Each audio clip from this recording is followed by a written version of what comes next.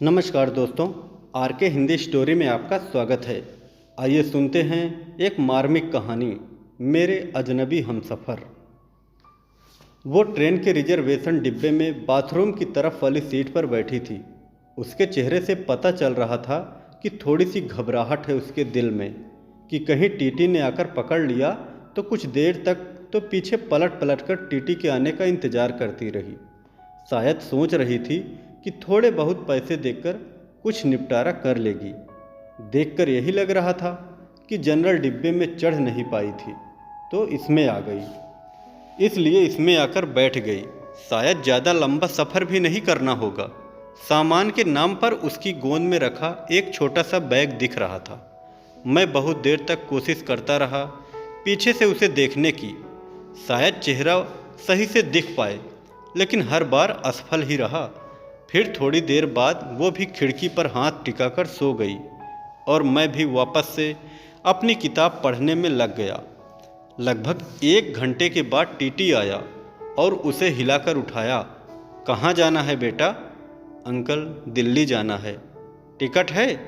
नहीं uncle, general का है, लेकिन वहाँ चढ़ नहीं पाई, इसलिए इसमें बैठ गई। अच्छा, 300 रुपये पेनाल्टी बनेगा? ओह अंकल, मेरे पास तो लेकिन 100 रुपये ही हैं। ये तो गलत बात है बेटा, पेनाल्टी तो भरनी पड़ेगी। सॉरी अंकल, मैं अगले स्टेशन पर जनरल में चली जाऊंगी। मेरे पास सच में पैसे नहीं हैं। कुछ परेशानी आ गई, इसलिए जल्दबाजी में घर से निकल आई और ज़्यादा पैसे रखना भूल गई। बोलते बोलते वो लड़की रोने लगी। टीटी उसे माफ़ किया और 100 रुपये में उसे दिल्ली तक डब्बे में बैठने की परमिशन दे दी। टीटी के जाते ही उसने अपने आंसू पोंछे और इधर उधर देखा कि कहीं कोई उसकी ओर देखकर हंस तो नहीं रहा था। थोड़ी देर बाद उसने किसी को फ़ोन लगाया और कहा कि उसके पास बिल्कुल भी पैसे नहीं बचे हैं। दिल्ली स्टेशन पर कोई जुगाड़ करा के उसके लिए पैसे भिजा दें, वरना वो समय पर गांव नहीं पहुंच पाएगी। मेरे मन में उथल पुथल हो रही थी। न जाने क्यों उसकी मासूमियत देखकर उसकी तरफ खिंचाव सा महसूस कर रहा था। दिल कर रहा था कि उसे पैसे दे दूं और कहूं कि तुम परेशान मत हो और रो मत, लेकिन एक अजनबी के लिए इस तरह की बात सोचना थोड़ा अजीब था। उसकी शक्ल से लग रहा था कि उसने कुछ खाया पिया नहीं है, शायद सुबह से, और तब तो उसके पास पैसे भी नहीं थे। बहुत देर तक उसे इस परेशानी में देखने के बाद मैं कुछ उपाय निकालने लगा जिससे मैं उसकी मदद कर सकूं और फ्लर्ट भी न कहलाऊं। फिर मैं एक पेपर पर नोट लिखा, बहुत देर से तुम्हें परेशान होते हुए देख रहा हूं। जानता हूं कि एक अजनबी हमउम्र लड़के का इस तरह तुम्हें नोट भेजना अजीब भी होगा और शायद तुम्हारी नज़र में गलत भी, लेकिन तुम्हें इस तरह परेशान देखकर मुझे बेचैनी हो रही है, इसलिए यह 500 रुपये दे रहा हूँ। तुम्हें कोई एहसास ना लगे इसलिए मेरा एड्रेस भी लिख रहा हूँ।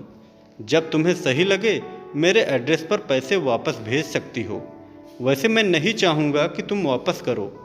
अजनबी हमसफ़र एक चाय वाले के हाथों उसे वो नोट देने को कहा और चाय वाले को मना किया कि उसे न बताए कि वो नोट मैंने उसे भेजा है। नोट मिलते ही उसने 2-3 बार पीछे पलट कर देखा कि कोई उसकी तरफ देखता हुआ नजर आए तो उसे पता लग जाएगा कि किसने भेजा। लेकिन मैं तो नोट भेजने के बाद ही मुंह पर चादर डालकर लेट गया। थोड़ी देर बाद चादर का कोना हटाकर देखा तो उसके चेहरे पर मुस्कुराहट महसूस की।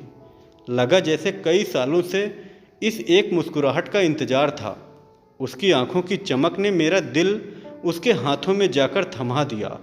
फिर चादर का कोना हटाकर हर थोड़ी देर में उसे देखकर जैसे सांस ले रहा था। पता ही नहीं चला कब आंख लग गई। जब आंख खुली तो वह वहाँ नहीं थी। ट्रेन दिल्ली स्टेशन पर रुकी थी और उस सीट पर एक छोटा सा नोट रखा था। मैं झटपट मेरी सीट से उतरकर उसे उठा लिया और उस पर लिखा था, थैंक यू मेरे अजनबी हमसफ़र। आपका ये एहसान मैं ज़िंदगी भर नहीं भूलूंगी। मेरी माँ आज मुझे छोड़कर चली गई है। घर में मेरे अलावा कोई नहीं है, इसलिए आनन फानन में घर जा रही हूँ। आज आपके इन पैसों से मैं अपनी माँ को शमशान जाने से पहले एक बार देख पाऊँगी। उनकी बीमारी की वजह से उनकी मौत के बाद उन्हें ज़्यादा देर घर में नहीं रखा जा सकता। आज से मैं आपकी कर्जदार हूँ, जल्द ही आपके पैसे लौटा दूंगी। उस दिन से उसकी वो आंखें और वो मुस्कुराहट जैसे मेरे जीने की वजह थे।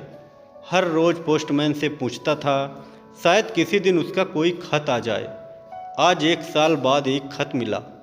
आपका कर्ज अदा करना चाहती हूँ, लेकिन खत के जरिए नहीं, आपसे मिलकर। नीचे मिलने की जगह का पता लिखा था और आखिर में लिखा था, तुम्हारी अजनबी हमसफ़र। कहानी कैसी लगी कमेंट में ज़रूर बताएं।